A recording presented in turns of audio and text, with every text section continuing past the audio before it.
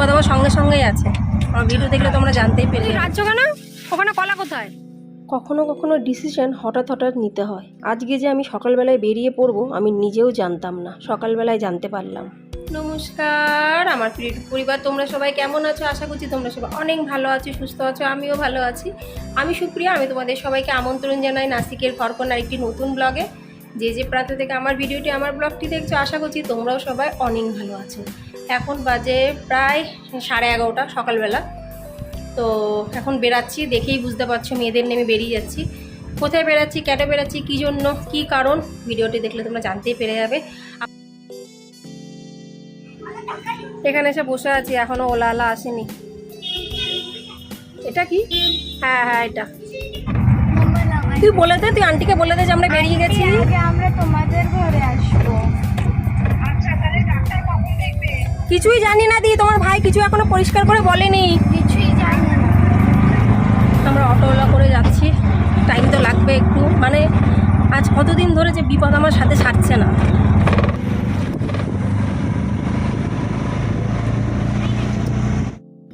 বাসে করে যেতে পারতাম, কিন্তু এই সময়ে বাসের জন্য দাঁড়াতে হবে, আর দাঁড়াতে গেলে অনেকটা সময় চলে যাবে। ওই জন্য আমরা অটোওয়ালা করেই যাচ্ছি। সুযোগ বুঝে কি একটা কথা আছে না, গুতোয় সে মনে পড়ছে না কথাটা। যাই হোক, অটোতে আসলাম, অটোওয়ালাতে দেখা চোখে 60, 50, 60, 70 টাকা ঠকিয়ে নিল দেখা চোখে। আর আমি এই জায়গাতে কতবার আসি, প্রায় ভিডিওতে তোমরা দেখতে পারবে এই জায়গাতে প্রায় আসা হয়, কিন্তু আমাদের নিয়ে এসেছে ঘুরিয়ে। যে ঘোরানো রাস্তাও আমরা চিনি, ওরা ভাবছে যে অটোওয়ালা হয়েছে যে আমরা একদম নতুন, কিছুই চিনি না রাস্তাঘাট। তো বললাম যে দাদা আমরা তো এগুলো চিনি, যেই বলেছি চিনি, তখন বললে হ্যাঁ হ্যাঁ দিদি ঠিক আছে চলো। তো চিন্তা করো, মানে বুঝে শুনেও ঠকতে হয়। ভেবেছে আমরা চিনি না। যাই হোক, এসে দাঁড়িয়ে আছি, কিন্তু এখনও বুঝতে পারছি না ডাক্তারের কাছে যা বলেই ফেললাম। যাই হোক, আমরা যাবো ডাক্তারের কাছে। এই নিয়ে 3 নাম্বার ডাক্তার চেঞ্জ করছি।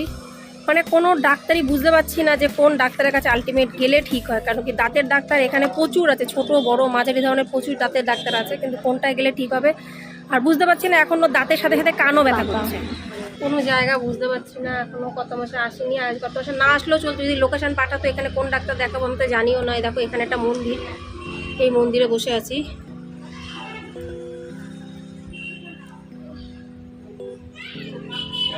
মন্দিরে বসে তো একটু ভালো লাগছে। এই দেখো মন্দির হলো দুর্গা ঠাকুরের মন্দির।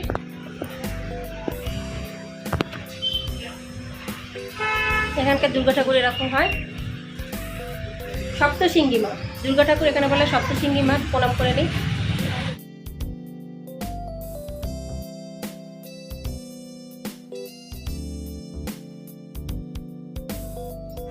ওই দেখো বাচ্চারা চলে গেছে। ডাক্তার দেখানোর পরে মনটা আর ভালো লাগছিল না, আর ঘরে আর গেলাম না। ভাবলাম একেবারে দির ওখান দিয়ে ঘুরে আসি। আর দি মাঝে মধ্যেই ফোন করছে, বলে গরমের ছুটি পড়ে গেছে, আসছিস না কেন আসছিস না কেন। ওই জন্য দৌড়ে দৌড়ে চলে গেলাম দির ওখানে। ডাক্তার তো বললো পরিষ্কার যে একজনের পেশেন্ট আমরা দেখবো, কিন্তু আমরা ট্রিটমেন্ট করবো না, পরিষ্কার তো বলে দিল। এই যে দির বাড়িতে এসছি, এখন আর কি করবো, লাস্ট গন্তব্যস্থল এখানেই, তোমরা জানো। এই দেখো এসেই দিকে বললাম দি আগে চা বসিয়ে দাও। ও দি চা বসানো হয়েও গেছে। ও তো ঠান্ডা জল চা খায়, আমি তো ঠান্ডা চা খাবো না। কেন খাবো না? কেন? দুধ খেয়ে ফেলেছি, অ্যাসিডিটিতে অবস্থা খারাপ, মাথা তা কেন খেয়েছো দুধ? আমি জানতাম যে বাবুকে দিছি বলে না, রোবে পড়ে লোভ করে দুধ খেয়েছে, খেয়ে গ্যাস হয়েছে। এখন খাবো চা আর মারাঠি স্টাইলে রুটিকে এক ধরনের ভুজিয়া বানিয়েছে, ডিম পেঁয়াজ অনেক কিছু দিয়ে। দাও খেয়ে দেখ, আন্টি বানিয়েছে কি সুন্দর। খাবি না?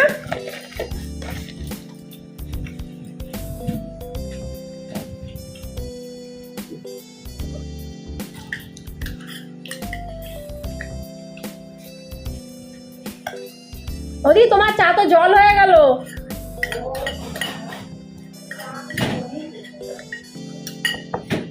নিবি? নিয়ে যা করার থেকে যা। এটা কিন্তু সত্যি খেতে ভালো লাগে। আমি অশ্বিনী করে, কিন্তু এত সুন্দরভাবে করে না। আমি দেখেছি তো, করেছে ও একবার, আমাকে বললো কিছু দেয় না। এ বাবা তুলে নে, তুলে নে। আমরা আসবো ফুট করে দিই, ফুট করে চিকেন নিয়ে চলে এসেছে দেখো। তাই আমি বললাম, আমি ওই জন্য বললে আমি আসতে চাই না এর কাছে, কারণ এর কাছে বলে আসা মানেই একটা বিশাল বড় ঝঞ্ঝাট টাইপের, কিন্তু কিছু করার নেই, ভগবান আমাকে এখানে পাঠিয়েছে। আমার কিন্তু সত্যি আসার ইচ্ছে ছিল না। সকালে আমাকে ফোন করে, আমাকে সকালে ফোন করেছে, ফোন করে মানে আমি কালকে রাতের থেকে আমার বর কিন্তু বলছে তুমি দির ওখানে যাও, দির ওখানে গিয়ে তারপর ডাক্তার দেখাতে যাব, কিন্তু আমি তাও কিন্তু একে ফোন করিনি। আজকে সকালবেলায় যখন আমি চা খাচ্ছিলাম তখন আমাকে ফোন করলো, তারপরে সব বাধ্যতামূলকভাবে একে বলতেই হলো কথাগুলো। তোমাদেরকে নিয়ে যাই দির আম গাছে, প্রচুর আগে প্রচুর আম হতো, এবার বলছে বেশি আম হয়নি, তাই তো বলছি এবার কম হয়েছে। এইটাই নতুন গাছে হয়েছে, এইটাই। এটা তো দুখানা মাত্র দেখতে পাচ্ছি, না না ও ভেতরের দিকে আছে। তারা ব্যাক ক্যামেরায় দেখাই। 11টা। আরে আরে ঝরে পড়ে গেছে। না না, কেন করবে? করলে তো দেখো। চলো অন্য গাছে দেখি। এবার গাছটা একদমই ছোট, ছোট সদ্যজাত বাচ্চাও এখানে আম পাততে পারবে। এই দেখো সদ্যজাত বাচ্চা, আমি তো বড় বুড়ি, আদি বুড়ি, তো কত মানে নিচে।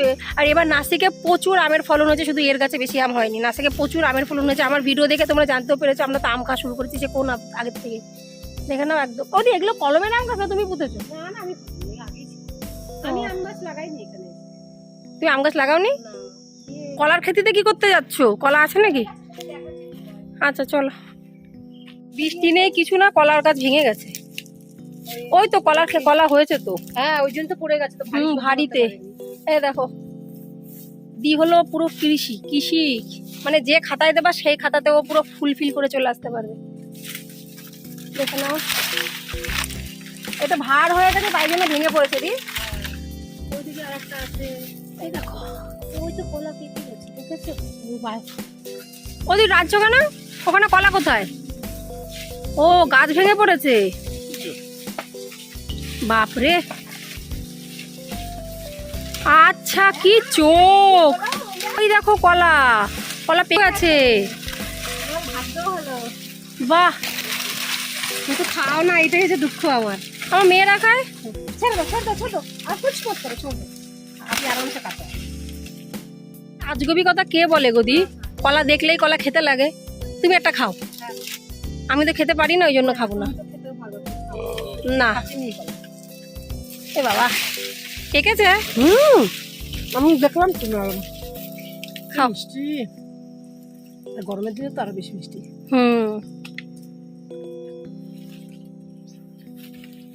বাপরে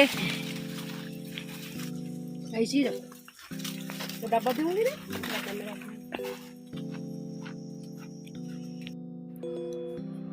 এই দাদাটা যে দাদা কলা কাটলো এই হলো মালি দাদা। প্রতিদিনই আসে গাছে জল দেওয়া, কোনটা পুঁতলে ভালো লাগবে, কোন গাছটার জন্য কি সার দরকার, সমস্ত সব কিছুই কিন্তু হিসাব নিকাশ মালি দাদা রাখে। আর এখানে দেখতে পাচ্ছ একটা কাগজের পেটি, এই পেটির মধ্যে যে কাঁচা কলাগুলো আছে ওটাকে রেখে দেবে, কিছুদিন পরে সেটাও পেকে যাবে। আমি এখন খেতে বসেছি আমার ফেভারিট জিনিস চিড়ে ভাজা। ঠিক খুঁজে খুঁজে বের করছি চিড়ে ভাজা। এই দেখো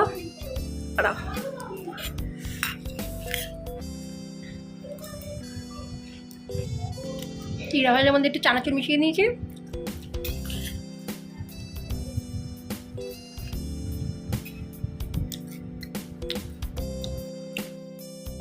আমি তো চিড়ে ভাজা খেয়ে পেট পুরো গোল করে নিয়েছি, খিদে তো সেরকম একটা নেই, কিন্তু বাচ্চাদের খিদে পেয়ে গেছে, দির আর ইমান সবার খিদে পেয়ে গেছে। আমি কেন বেকার বেকার আর বসে থাকবো, আর ভালোও লাগে না যে সবাই খাবে না আমার জন্য। আমি ওই জন্য ঝটপট করে বসে পড়লাম আর ওদেরকে খেতে দিয়ে দিচ্ছি। দি বললো তোমার যাই হোক না কেন তুমি আগে বসে খেতে শুরু করো। উপরওয়ালার ইচ্ছা ছাড়া কোনো দিনই কিন্তু কিছু হয় না। আমি ভেবেছিলাম মেয়েদের নিয়ে এসেছি অটোওলা করে, আবার ওখান থেকেই চলে যাব বাড়িতে, কিন্তু দেখো আমাদের মানে আমার আর আমার মেয়েদের খাওয়া এখানেই লেখা ছিল। ওই জন্য একটা কথাতে আছে না, দানে দানে পে লিখা হয় খানে বালে কা নাম, একদম ঠিক কথা। আর আজকে দি যে চিকেন করবে তার কিন্তু একদম কোনো গ্যারান্টি ছিল না, কেন কি ওর ফ্রিজে অলরেডি মাছ রাখা আছে, ও ভাবছিল আজকে মাছের ঝোল করবে। এখন আমরা খেতে বসে গেছি, দেখে নাও।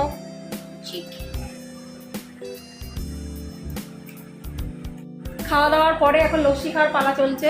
ওই দেখো সবাই নিয়ে বসে পড়েছে লস্যি, আমিও খাবো, দিও খাবে। আমার আর দির আলাদা, আমার আর দির হলো তাক। ও আমাদের তিনজনের আলাদা, আমার দিয়ের আর আরিমানের হলো তাক, আর আমার দুই মেয়ের হলো লস্যি, দইয়ের লস্যি। এখন শোবো বলে নিচে শোবো বলে ঘরটাকে ভালো করে মুছলো।